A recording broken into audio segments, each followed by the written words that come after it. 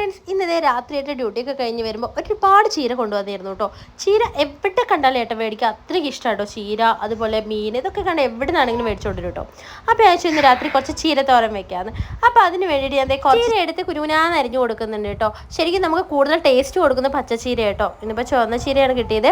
പച്ചച്ചീര ആണ് ഏട്ടന് പച്ച കേട്ടോ അധികം മേടിക്കാറ്. അപ്പോൾ ഇതേ ചീര നന്നായി കട്ട് ചെയ്ത് വെച്ച് സെറ്റായിട്ടുണ്ട് കേട്ടോ. അതിനോടൊപ്പം തന്നെ ഞാൻ ഒരു ഉള്ളി എടുത്തും കട്ട് ചെയ്ത് വെച്ചിട്ടുണ്ട്. ചെറുള്ളിയാണ് നല്ല ടേസ്റ്റ് കേട്ടോ. അപ്പോൾ എൻ്റെ കയ്യിൽ വലിയ ഉള്ളി ഉണ്ടായിരുന്നു. അതോടൊപ്പം കുറച്ച് തേങ്ങയും കാന്താരിമുളക് കൂട്ടി ഞാൻ ചതച്ച് വെക്കുന്നുണ്ട്. അതിനുശേഷം ചീനച്ചട്ടി എടുത്ത് അതിലേക്ക് ഉള്ളി ഇട്ട് നന്നായി വഴറ്റി കൊടുക്കുന്നുണ്ട്. ലേശം ഉപ്പും അതുപോലെ തന്നെ തേങ്ങ അതിലേക്ക് ഇട്ടതിന് ശേഷം പച്ചമണം മറന്ന് വരെ നന്നായി ഇളക്കി കൊടുക്കണം. അതിനുശേഷം നമ്മൾ ചീര ഇടുക. ചീര നന്നായി കഴുകി വൃത്തിയാക്കണം കേട്ടോ.